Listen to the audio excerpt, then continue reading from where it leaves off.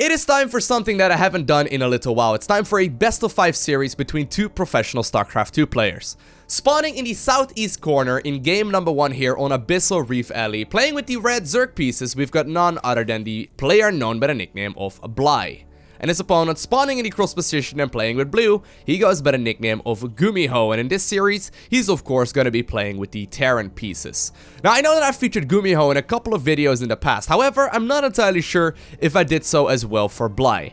Bly is one of those guys that has been around for a very long time. When StarCraft 2 wasn't even released yet, I remember watching him play in Warcraft 3. He's always been a very high level player, and ever since the release of StarCraft 2, he's been around. He's been playing for a very long time, and he's been steadily improving up to a point right now where he's extremely good at the game, and he's actually very high up on the ladder, and he's taking games off of the best players in the world. Now Bly, he's one of those players, as you may have already noticed, who plays hyper aggressive. While he's most definitely capable of playing macro as well, he's one of the players that does not scare away from going for a spawning pool very early on into the match. Now it does look like he's gonna follow this up with a hatchery on the low ground here eventually as well, but he's one of the players that I love watching myself because he plays something completely opposite to my own playstyle, but also completely the opposite of how a lot of professional Zerg players currently approach most of the matchups. He's not scared to cheese out his opponents and go for something a little bit funny. The thing is that, of course, since Terran players usually don't have to deal with a lot of early game Zerg aggression, oftentimes they can be caught off guard if their opponent indeed does go for a lot of aggression, and Bly is one of the very best, if not the very best, hyper aggressive Zerg player. Now we do have 6 Zerglings already on the way. I wonder if he's going to do something really aggressive in the entirety of this series. We'll have to keep an eye out on that. But like I mentioned, I'm going to be casting the entire best of 5, so that does mean that in this video, you're going to be watching a couple of different matches. Now 6 Zerglings already moving across the map very early on. Now of course, we got to keep in mind there is also a Reaper available. You may very well try and bypass that, of course. That does mean that the Zerglings may take a bit of a funnier loop around. Yeah, there we go. They're going to try and dodge this Reaper to the best of their ability. And on top of that, of course, this Overlord will be able to spot the path in which that Reaper is moving, and the Zerglings are going to be able to bypass absolutely brilliantly. Not sure if he's going to be headed to the main base or if he's just going to try and kill the command center here on the low ground, but the early game pressure here is on already. Zerglings going straight after the command center, not even target firing down the SCV here for the time being. That does mean that he will have to deal with the Reaper here at home. Second Queen already just about to spawn here, a third one underway as well, while maybe a couple of workers go down. A lot of damage here will be dealt to the command center. Now, Gumiho actually making the interesting decision there to not send his Reaper back. That does mean that indeed that command center will be forced to get cancelled. There's a barracks done right now with a reactor on it. Reactors are also being target fired. Double Marines, however, are just about to come out here, and I'm assuming that that is going to be all she wrote here for the initial Zergling aggression. More and more damage, however, being dealt. This Reaper already picking up a couple of kills. 3 drones here in total, but the Reaper will also have to pay for that with its life. And I would say that that early game most definitely went in favor of the Zerg. And that's what I mean, right? How many Terran players open up with a command center on the low ground? Pretty much all of them. Just because Zerg players, generally speaking, know that the early game Reaper will easily be able to, you know, just simply shut down slow Zerglings. However, if you maneuver your Zerglings in a very smart manner, you can bypass that altogether. And at this point, the ball is sort of in like the Zerg player's court, and that's what I love about Gumiho's, or rather about Bly's playstyle. He's one of those guys that's most definitely opening up aggressive, but then he follows it up with a lot of workers, and he usually keeps on the pressure for a while longer as well. We'll see what he's got in store for the remainder of this game. Roach Warren already going down, no third base just yet, although I think that he's currently sending a drone over towards that third base location.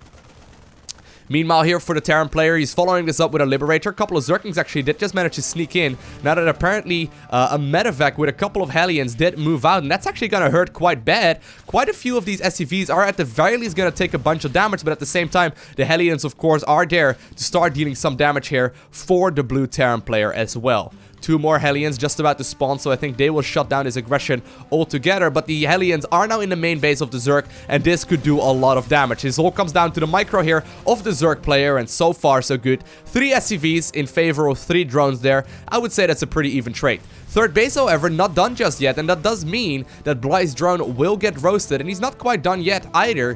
Gumiho, that is. He's going to continue onwards for a little while longer. More and more Zerglings trying to make their way across the map. Command center on the low ground has now finished up. And you can see this game is turning very, very scrappy. Exactly the specialty here of Bly. Couple of Zerglings trying to move up the ramp. Ooh, trying to go on this, for the surround right there on those Hellions. Very, very tricky thing to do. At the same time, a mule does get picked off. So that does pay for these Zerglings just because mules do mine for a lot of resources. Spore Crawler just about to finish up here as well. That's going to shut down the Liberator here for the time being. Zerglings trying to get around here as well on these Hellions, successfully doing so. And with these roaches coming out, I think that Bly may very well be looking to get aggressive here once again. There are no siege tanks available just yet, although there is a switch over here on that starport, and I really like this. The Banshee follow-up, super smart. Of course, Gumiho is not born today either. He knows exactly what his opponent is capable of. He's heard of the reputation of Bly for sure, and it does mean that he's aware of the different kinds of aggression that the man is capable of. And I think that this starport right here with the tech lab and the single Banshee should be very, very helpful. Of course, though, these Ravagers can still do a lot of damage. Double Cyclone now also being produced, and Gumiho may very well be in some trouble here. Zerglings moving up that ramp first, though. Ooh, that's not what you want to have happen at all to those. Quite a bit of damage actually being done already. Corrosive Biles do end up landing there, and actually it looks like the Natural may very well be forced to evacuate. We do see that first Banshee just about to join in as well. Nice little bit of pickup micro, but of course it will take a very long time before all of these Roaches and Ravages will end up falling. Corrosive Biles just barely not landing. Banshee going straight after the Ravagers here as well. But so much damage is being dealt, and at the same time, more and more Zerglings will also be reinforcing this fight very, very shortly. 12 SCVs do end up falling there, and Gumiho is trying to micro so very well. He's doing an extremely good job at that, though, thus far, and I think he may be able to stabilize here. Of course, one thing to keep in mind is that mules will still be able to do a lot of damage, but the reinforcing Zerglings, or a lot of mining rather, the reinforcing Zerglings have now arrived on the other end of the map, and they are gonna be cleaned up very shortly as well with a couple of these units. Nice bit of pickup micro once again. Gotta hand it to Gumiho right here, handling the pressure that he's under quite brilliantly thus far, but still, worker-wise, 33 in favor of the Zerg player versus only 22 right now for Terran. Now these yellow mining things, they're the bane of every Zerg player's existence. They're going to be able to mine for a lot of additional resources, and they may very well make up for the 19 drones that were indeed just lost.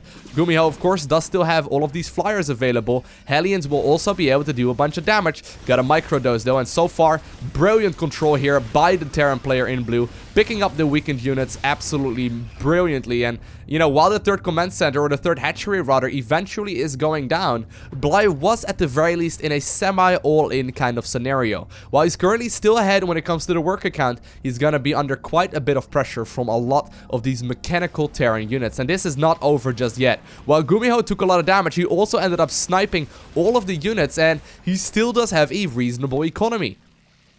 Cloak is done right now on these Banshees as well. They're gonna go straight after the Queens, trying to take whatever healing they can. Of course, he's got to be very, very careful. Banshees can do a lot of damage, but that does mean, ooh, you don't want to buy your own units, but it does mean that you have to keep a very close eye out on them. Of course, drones will die to 2 of these volleys just like that. Liberator coming in now. It's gonna start dealing some damage here to that mineral line as well, but 3 Queens already in place. Roaches and Ravagers going for the counterattack, while a couple of Hellbats are trying to move into that third base location. Liberator does get taken care of. Couple of units have now also arrived here on the other end of the map, and the Hellions actually getting picked up for practically nothing. 4 of them end up getting killed, and while there is a single Banshee available for defense once again, and a bunch of drones do end up falling here, and aggression is going on all over the map, Roaches and Ravagers have now made their way across, and they're going to be capable of dealing quite a bit of damage. At the same time, though, Hellions have made their way, or Hellbats rather, have made their way inside of the main mineral line. Queens desperately trying to defend against all of the different kinds of aggression, and while the Banshee is getting a lot of kills in, I don't know if it's going to be enough just yet. More and more SCVs falling here on the other end of the map. A single Viking has now also landed. It's going to lift up once more now that it's realized that it's landed and killing a couple of these drones, but eventually I think that Gumiho is stabilizing once again, and while a lot of units were lost, I feel like this went in favor of the Terran player here in blue, as long as he can hold out against the counterattack that's going across the map right now. Banshees, though, still dealing damage. This one already has 15 kills here in total. The other one is ranking up to 8. Quite a couple of those have gone down, and you can imagine that weaker Terran players would already have crumbled here many, many times. Now, Gumiho, of course, showing what he's made of, trying his very best to hold on against all of the different kinds of Zerg aggression, and I actually got to hand it to him, though, how well he's done that so far.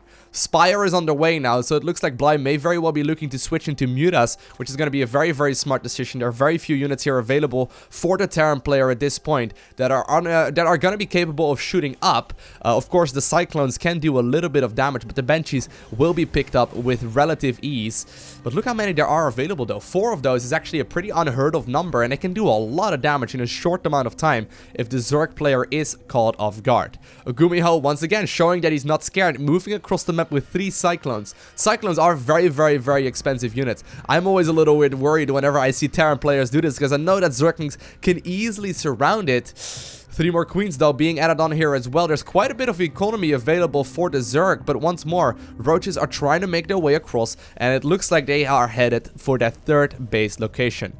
Banshees, however, also now moving, and this may be the opportunity that the Zerg player is looking for. There's going to be very little defenses available. The thing is, though, that the 3rd base is going to be in trouble, and indeed, it does end up falling. At the same time, Roaches made their way towards the 3rd command center. They're trying to snipe whatever SCVs they can, and while both players are indeed, once again, trading blows, these Banshees are getting so much value, because eventually, once more, they are going to be capable of cleaning this up. However, of course, the Mutas are out. The Mutas will be able to clean up all of these different kinds of Zerg units as well. Banshees looks like it already turns out to, or rather, it looks like the Banshees have already gone down. More and more SCVs actually ended up falling there. There's still quite a couple of them available, however, and I think they may have very well cycled back to home there after they realized that the Mutas were indeed underway, with, of course, the Cyclones not having enough time here. Banshees, however, trying to move across, and this is a smart little move. The Mutas are going to be able to pick them up quite easily. However, the Mutas were also not anticipated here whatsoever.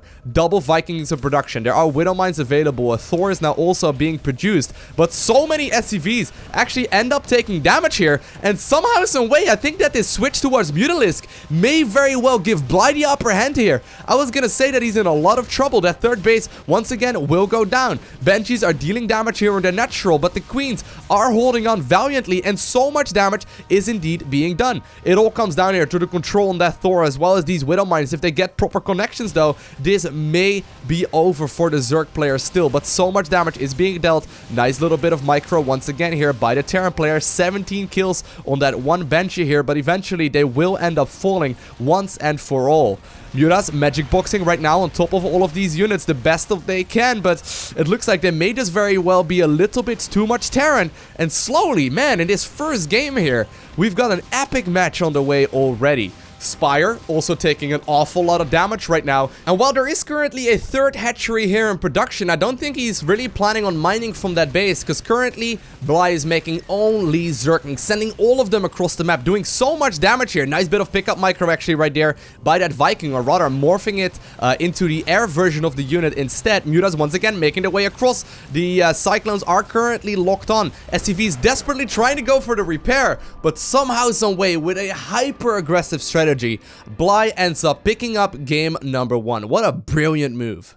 Now, if that previous game didn't give you an introduction to Bly, I don't really know what will be. Regardless, in game number 2 here, we're on Odyssey LE. Spawning in the bottom right corner, we've got the Terran player currently 1-0 behind. He goes by the nickname of Gumiho, and actually, judging from anything right there on the production tab, or I guess the lack thereof, once again, the Zerg player is going for something aggressive, and Bly is opening up with a 12 spawning pool. And by the way, he spawned here in the top left corner.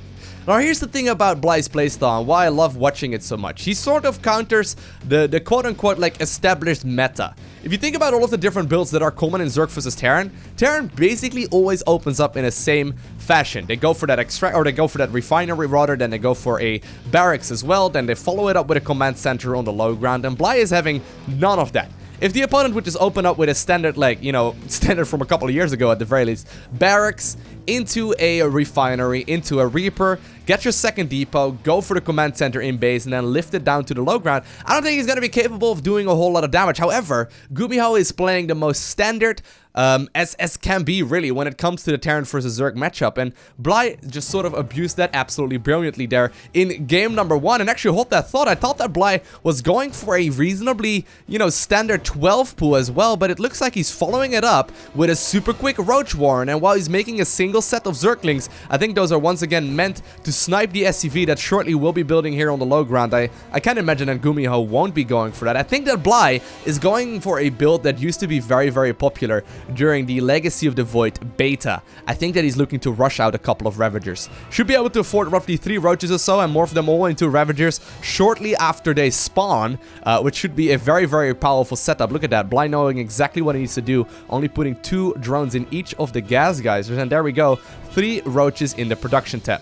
Once again, though, that Overlord is looking out here on when that Reaper is going to move across the map. And once again, Gumiho is going to be in some trouble. The command center is on the low ground once again. And look at that. Oh, I love that. Bly fully on top of this game. Knows exactly what he needs to do. Even pausing there with just a handful of Zerglings for just a couple of seconds before making his way up to the high ground. So he cannot be spotted here whatsoever. And he will know that these Reapers, or the one Reaper rather, will be as far out on the map as possibly can be. 2 Ravagers already available. Roach now also out. Really quick reaction time there, though, by Gumiho. But at the same time, the command center is indeed halted in its production so far. One of the Zerglings actually going after the SCV that's building the depot. That will supply block the Terran player here for the time being. Other Zerglings following down the SCV that was previously building up that command center. And while that supply depot will eventually finish, the Reaper is going to be in a lot of trouble now that a lot of Roaches are available. Hyper aggressive game once again here from the Terran or from the Zerg player rather in red. He's gonna have a lot of damage here at the front door of the Terran player already, going straight after all of these units. Look at that, not really pausing for a second, forcing all of these units from the mineral line as well, trying to do as much damage as possible. Beautiful grenade right there, though, pushing all of these Ravagers across, and while the Ravagers are trying to move behind the mineral line, shortly indeed that Cyclone will be joining the battle here as well. Brilliant micro here thus far, though, by the Terran player in blue, making the most of the very small army that he's got. Of course, he's losing a lot of economy as well, but you gotta keep in mind, Zerg is practically all in at this point in the game. Single Cyclone, though, trying to do as much damage as possible. Ravager being morphed in here at the last second, because Ravagers, of course, do gain their HP back. And Bly, in game number 2, also obtains the victory in a relatively straightforward manner. Well, there we have it. Match point right now for Bly. Spawning in the top right corner, sending a drone once again super early on into the match. We've got none other than the player known by the nickname of Bly. And I don't really know exactly what he's got in store for us here today. Is he going to go for a proxy hatchery?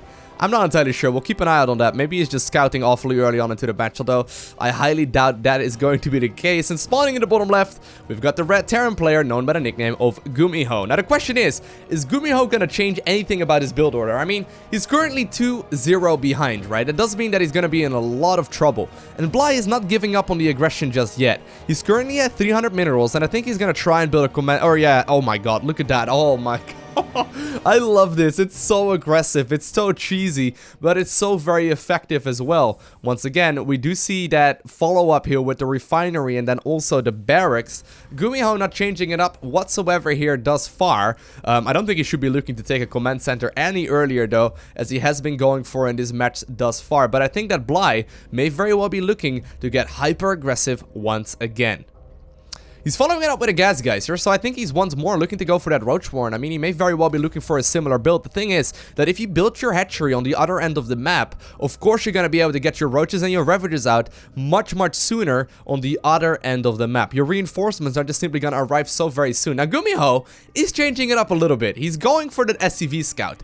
I don't really know if this one is going to be in time, though. Second extractor also available right now, and this may actually give him a reasonable amount of information already. I mean, you got to keep in mind, he's once again looking to take that command center on the low ground, but you got to keep in mind, he's been cheesed 2 games in a row, and it's been successful 2 games in a row as well. He barely did not hold on in game number 1, but game number 2, I mean, there just simply were too many units, and his build was a little bit too greedy. Roach Warren is going to be halfway done already by the time that SCV enters the main base, but I think that he's going to have a bit more time here to respond. I mean, seeing that the double gas is taken very well indicates to him that something cheesy is on the way. And while he does know that the roaches are probably not going to spawn from the one right over here, he doesn't know about this hatchery just yet. He will shortly figure out exactly what was going on. You can see that scouting pad right there on that Reaper. Gumiho scouting the situation and knowing very well what he should be expecting here from his opponent very, very shortly. 3 roaches in production right now. Bly looking to take those on the other end of the map as early as he possibly can. Once again, by the way, I want to point out how on point that build order was right there. I mean, he just barely had 3 larvae available right at the time that the roach one finished up. 4th roach now also joining in. There is going to be a bunker down on the low ground. I wonder if it's going to be in time though. I mean, once again, Gumiho desperately trying to add on as many units as he can. Not going for the add-on just yet.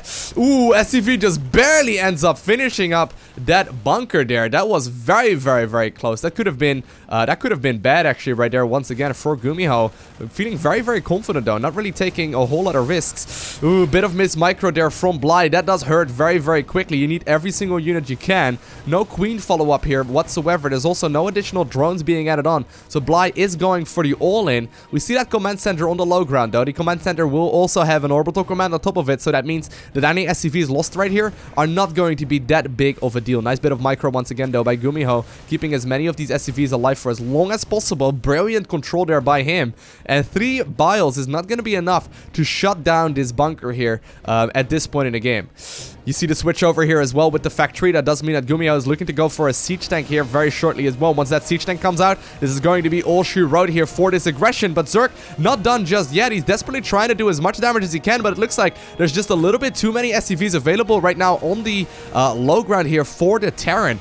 Beautiful control here by Gumiho. Not taking any risks. Scouting at a perfect timing in here as well, and I got handed to him. That was absolutely spot on. Siege tanks about a quarter of the way done right now as well. Starport being added on as well as a tech lab here. So we do see a quote-unquote standard follow-up here as well from the Terran player. Corrosive biles once again going down, but that micro here is just a little bit too good. I mean, Terran is just not taking any damage whatsoever and just repairing all of those units right from the get-go. More and more Ravages being added on. I think you need about 6 Ravages or so to one-shot one of these bunkers. Now, that is currently what is available. I think he's going to be capable of dealing a lot of damage here, putting the roaches in the front, going for a massive round of biles, I'm sure. But the siege tank is out, and while the bunker may finally end up falling, this is going to be a full-on all-in here as well. Ooh, one of the corrosive biles landing on his own units, and while the siege tank does end up going down, the repair here has been brilliant. Cyclones staying alive for such a long time. One Ravager having a death wish here as well, and I think that that is going to be the end of this aggression. Now, of course, Bly doesn't necessarily need to leave this game just yet, but I think it's going to be very, very, very difficult to follow this game up if you are up against someone of the caliber here, like, for example, Gumiho. Gumiho, he's not going to give away a game at this point anymore. He's going to go for non-stop aggression off of this, and you can see it in the supply counts as well. Terran is currently very, very, very far ahead. Banshee coming out now too. 2nd siege tank just about to join the first one as well, and more units are just simply in production now. I mean, Gumiho is full on in defensive mode still. He's not looking to get aggressive just yet, but I think that as soon as that first Banshee is out, Bly must realize that this aggression is not gonna work in the slightest, and even with pure, like, perfect corrosive biles, it's gonna be very, very difficult to do anything. That we do eventually see that 2nd siege tank fall as well, but the Banshee is out now. It's gonna start hunting, and Gumiho finally breaks the losing streak. Alrighty, here we go. Game number 4. It's played on Proxima Station LE. Now, one thing to keep in mind, though, about Bly's playstyle is that he's perfectly capable of playing macro. Now, I'm not entirely sure how comfortable he feels playing macro against someone of the likes of Gumiho. I mean, that is probably Gumiho's strong suit, and actually, judging by the production tab, indeed, once again, Bly is gonna go for the very, very early spawning pool. I'm assuming it's once again going to be that Ravager build here. Now, the thing is Gumiho gonna end up scouting, right? So he went for the SCV scout previously. I mean, on Sequencer, I do see him do that just because the map is so very large. And actually, I mean, if he would have just sent that Reaper across like he normally would have, he would have actually been caught off guard just because the hatchery was already done by the time that the Reaper came out, right? I mean, a lot of damage could have been dealt at that point already, but it looks like Gumiho not going for any scouts here just yet. And the thing is that this map is usually pretty bad here for Zerg cheese as well. We have that in-base expansion, right? And that is what Terran players will usually take as their first base in almost every single situation. And it looks like Gumiho is feeling confident enough as well to defend against the different kinds of aggression just from simply taking that base first. And at the very least, like, I can't see him take that one. There's no way that that is going to be the case. Gumiho, though, going for that barracks after the extractor once again, or after the refinery. But already at this point, a first set of Zerglings is about to finish up. Roach Warren once more on the production tab, about halfway done already. So that does mean that Bly is looking to get very aggressive once again. I wonder, though, how much damage he's truly going to be capable of dealing at this point. Gumiho actually sending the Reaper in a bit of an odd situation, or odd spot. I think he's once again looking for any kind of proxy hatcheries. I know that he's fully aware of the playstyle right now of Bly. That's for certain. I mean, there's no way that he's going to be caught off guard. But once again, Gumiho not scared to go for that command center very, very early on into the match. We see that factory follow-up. Is he also going to follow this up once again with a reactor? I mean, is he really going to do that? That seems so greedy. That seems so very greedy. Now, Zerglings are hiding in this little corner. They're actually walking around right now at the 4th base location. Very standardly timed Overlord Scout, of course. However, brilliant move there by Gumiho, seeing exactly what is going on. And while he already did start up the reactor, Roaches and Ravagers are moving across the map as well. He does have full vision of exactly what is moving across right now. And this Reaper did catch a hold of exactly what is going on. Also, of course, that command center will be guaranteed to finish up now. So that does mean that Gumiho is going to get a lot of units out early on into the match, and he will not be supply blocked right from the get-go. Tech Lab being produced on that factory right away. That does mean that Gumiho is going to go for the double Marines, and he's going to look to try and take a siege tank as early as he possibly can. Starport now also being added on. That does mean that Gumiho will be once again trying to more than likely go up to, what's it called? Yeah, he's actually going to end up canceling that as well. I was going to say that's going to be a tough bit of tech to get, but he's once again looking to probably go up to the Banshees if he would be capable of getting to that point. The thing is, though, Zerg is dealing a lot of damage, and even though Gumi has scouted the early game Zerglings, he did still finish up that reactor, and he did not immediately go for as much damage as he could. A little bit risky. Oh my god, beautiful surrounder actually on the SCVs, using the mineral walking right there to the most potential. A bunch of SCVs are going down thus far. You gotta keep in mind, though, there's gonna be double mules available, so Zerg will have to deal with that very, very shortly. Ooh, gotta be very careful here with that siege tank. Indeed, not siege it up right from the get-go. I do like that decision here from Gumiho a lot. Sieging it up right now makes it a very easy target for Biles. Instead, not sieging it up right away is much, much smarter, but I think he's looking to siege it up here anyway. I mean, if he just simply puts it in a powerful position, he can still prevent a lot of these Ravagers from moving up the ramp. I love this, though. Look at that. He's actually purposefully not sieging it up. That is very, very smart. Waiting for that second siege tank to come out instead. It's just about to finish up, and I think at that point, Gumiho will feel pretty confident, because I mean, 2 siege tanks against 4 Ravagers, that should be more than doable. In particular, when you realize that repair is indeed available on a lot of these units. It's funny, though, a lot of Terran players always, seem to treat the siege tank as a unit that can only be sieged up. But Gumiho just using them unsieged, way smarter. I mean, they're not going to be able to do any damage right now with the Biles. Now, it's not game over just yet, though. Bly is still dealing a reasonable amount of damage. He's actually supply blocked right now as well, just going for an extra Overlord right at this point in time. Actually, right now, the SCVs are not here anymore, and while a bunch of the units do still end up falling, no, I think this is still happily in favor here of the Terran player in red. He's dropping mules like no tomorrow, getting a lot of additional energy here, and that's the thing, right? If you go for that quick second command center, you're going to be capable of getting so much economy, and even if you lose a bunch of your SCVs, it's not that big of a deal. Still, though, a lot of Ravagers are available, and, with 5 of them, you can start sniping these units reasonably easily once again. The more and more SCVs end up falling here, the easier this is going to become as well, and with that exposed tech lab out of the way, that is going to be the last siege tank in production for right now.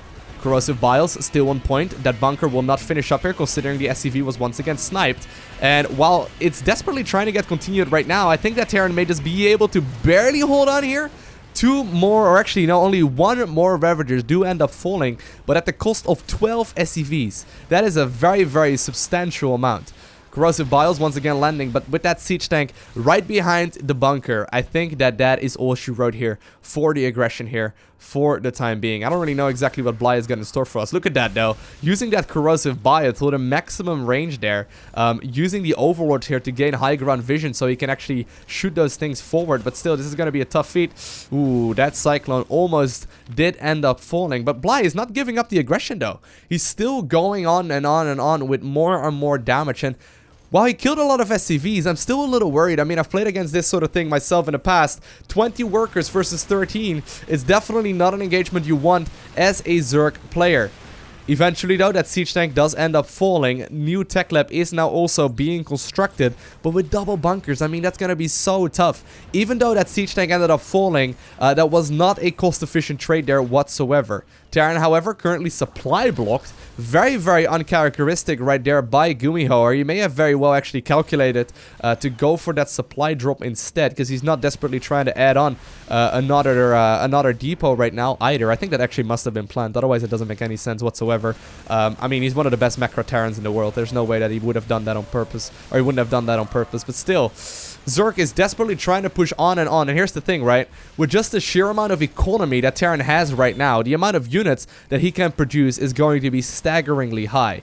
Siege tank once again available right now. It's once more not being sieged up right from the get-go, just simply using that high ground to his advantage, trying to do as much damage as he can to these Ravagers. Of course, Ravagers not capable of healing up nearly as easily. Cyclones just trying to shoo away whichever units they can, and while the siege tank once again will end up falling, so much damage was dealt there to those Ravagers in the process, and as long as those trades are reasonably even here, Terran will come out ahead, just because of the sheer amount of economy, right? As long as you're trading efficiently and you're getting more income, and you're also having that defender's advantage where your units just spawn much closer to the battle, I think that indeed switching to drones right now, like Bly has been doing for a little bit, is the correct decision.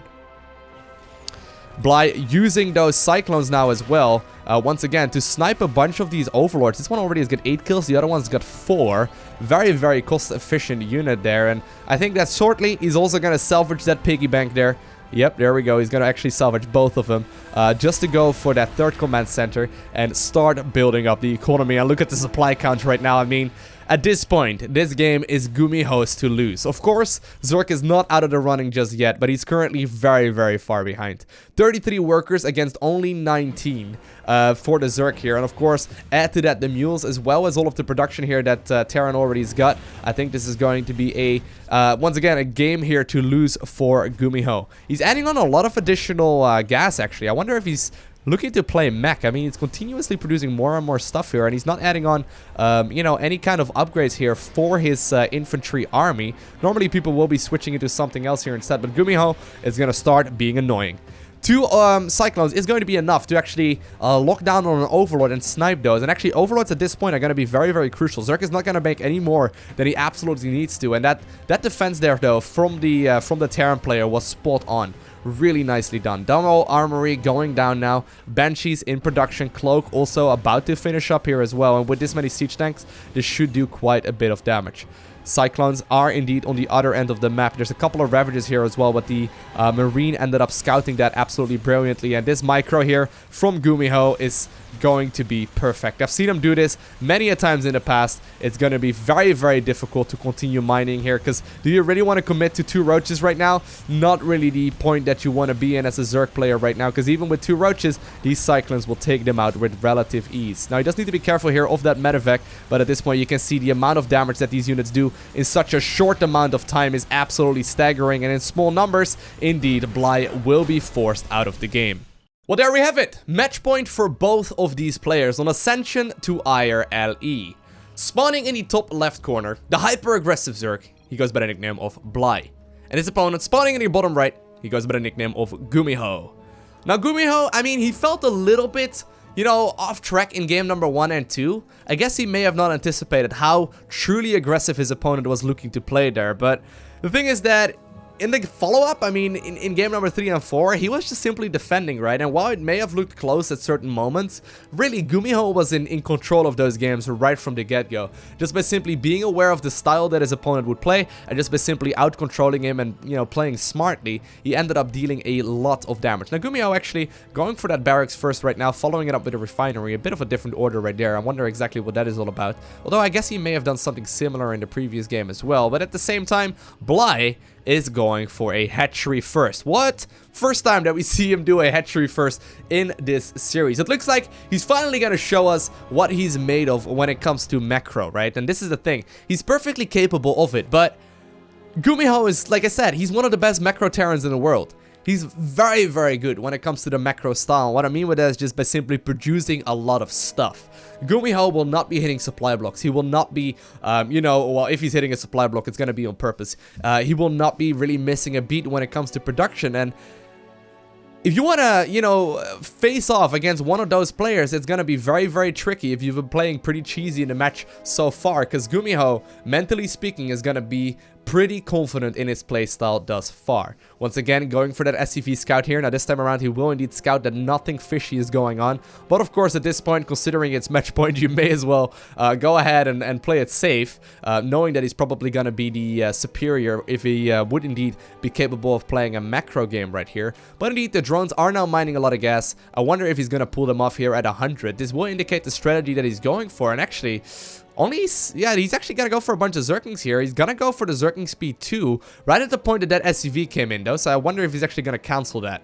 Wouldn't be surprised if that Zergling speed right there was either a fake out or if he, you know, is not going to complete that here at all and just goes for something more aggressive. Usually the standard is for Zerg to pull the drones out of gas after mining 100 after starting up that metabolic boost upgrade. So we'll have to keep an eye out here on what exactly he's got in store for us in this match today. Almost got that surround there on that Reaper. Reaper, however, greased up in Vaseline before leaving that barracks and slipped underneath one of the Zergling's wings. And apparently, he does manage to get him out of there. Actually, I don't think they've got wings just yet.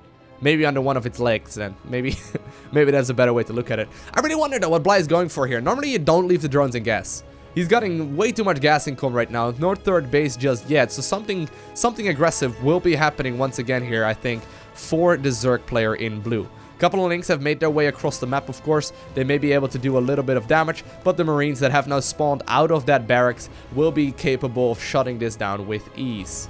There we go, last second supply depot race, trying to get the Zerg to become greedy, moving up that ramp and killing the last of the scout. Factory is now producing a tech lab. There's also a starport on the way, and I think that he may be very well looking to switch those two over here very shortly.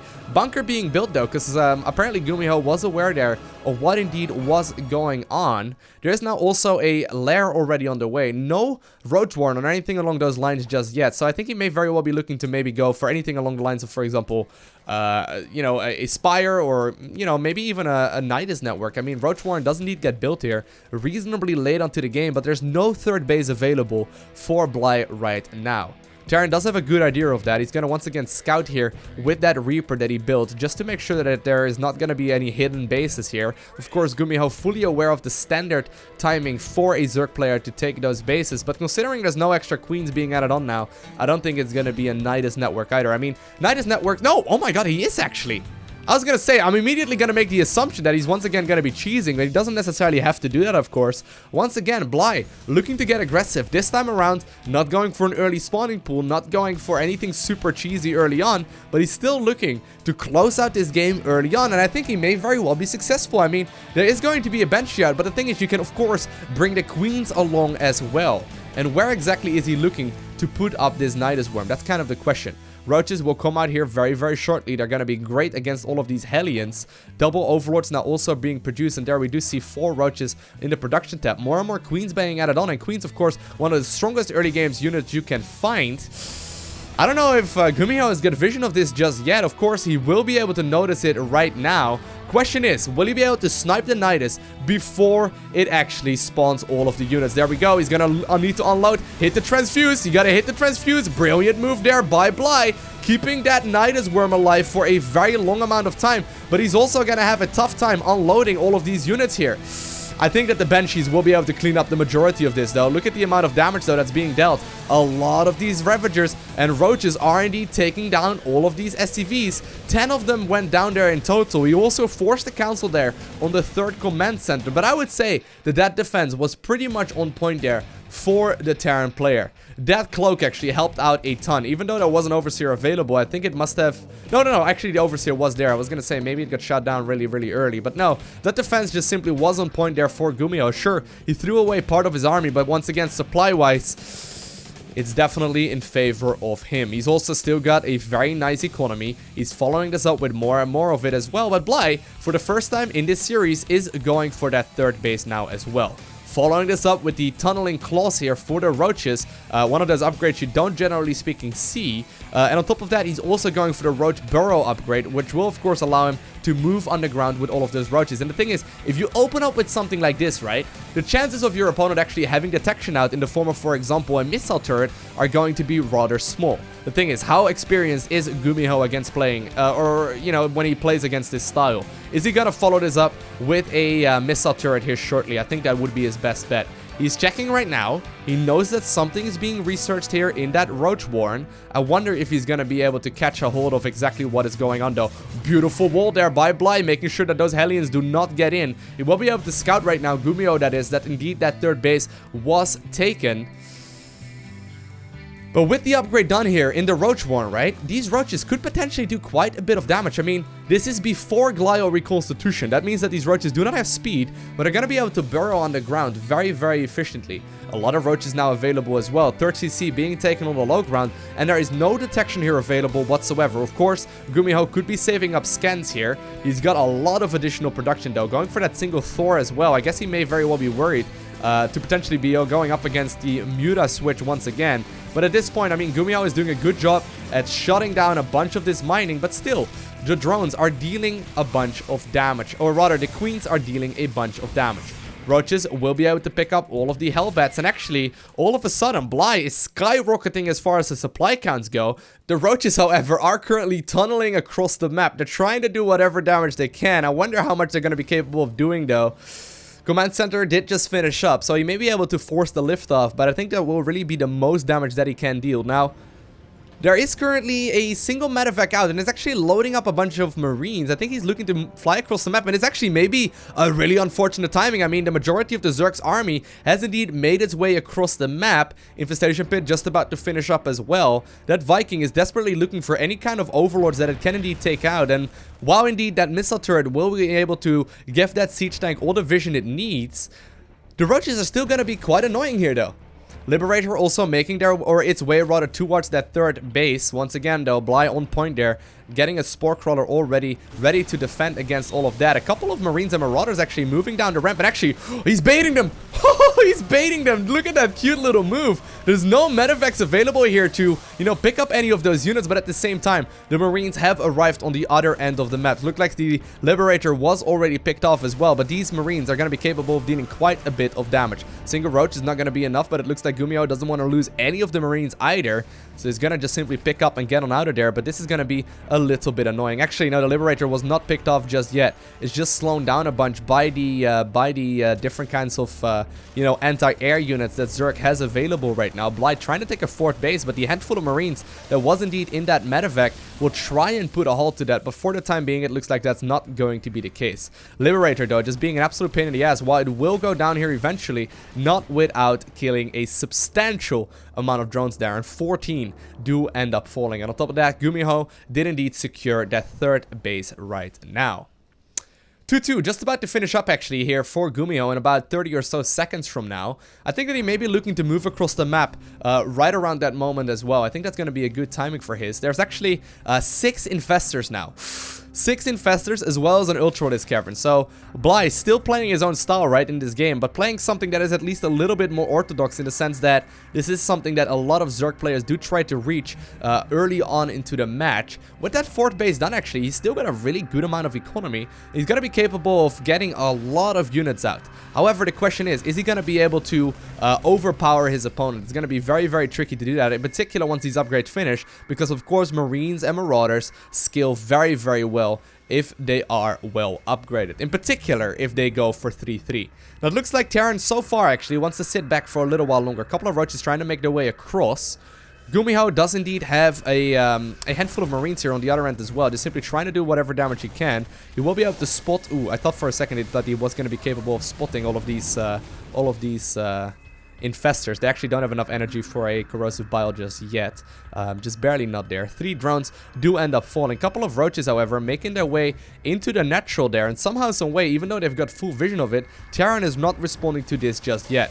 Couple of marines trying to do some damage here at the 4th base location. Same can be said, or actually, no, those are just a bunch of changeling. Same can be said here for the other units, however. And while that... those 2 roaches there in the natural will get picked off. Apparently one has also made it into the main base, and I think he's going to just simply unburrow that later on and potentially just slow down the progression here of the Terran player. Speaking of which, Terran's currently moving across the map. Supply counts are pretty much dead even. A couple of ultras are now indeed also being added on. 3-3 is also being researched, but Terran is already ahead when it comes to the supply counts right now, as well as, you know, just the upgrades. And I think that these ultras are going to have a very hard time against this upgraded Bioforce. Look how much damage is being dealt. Beautiful fungal growth, though, taking down a couple of those units, followed up with those corrosive biles. However, the ultras not living very long there whatsoever. Chitinous plating not done just yet. That does make them significantly more tanky. And I think that it may very well just simply be a little bit too much Terran right now. Zerg, however, trying to go for that surround there, trying to go for the beautiful corrosive biles. Splits are happening thus far, though, by the Terran player here in red. Not really taking a whole lot of damage just yet. Roaches are indeed underneath here. They're going to try and go after all of those siege tanks. Beautiful corrosive bile does go down, and so much damage is being dealt here to the Terran player. Question is there enough? I don't think so. Even though he made the best of his army right there, Gumiho is doing Gumiho things. He's, you know, just simply adding on so much army. He's going to be capable of getting a lot of these reinforcing Zerg units as well. And while indeed Bly did get some beautiful fungal growths off right there, his natural is currently being overrun. And look at that train here on the minimap. A new base is also taken here. And while that single roach is still in the main base, simply just hanging out, the main base of the Zerg player will get overrun here. And while Bly was 2-0 ahead, I gotta hand it here to Gumiho for some brilliant play here in the last 3 games in particular. Just simply recognizing what his opponent has got in store for him there and just simply responding accordingly. And while there are still a couple of queens as well as a single Derpalisk right there, right behind those, you know, behind those queens, Bly eventually is gonna GG out. Beautiful game there by Gumiho. I hope you enjoyed watching this series. If you did, make sure you hit that like button down below. And if you want to see more, make sure you hit that subscribe button so you get a notification as soon as I upload more. Other than that, I want to thank you very much so for watching. Have an amazing day. Do not forget to smile, alright? And I will see you in the next one.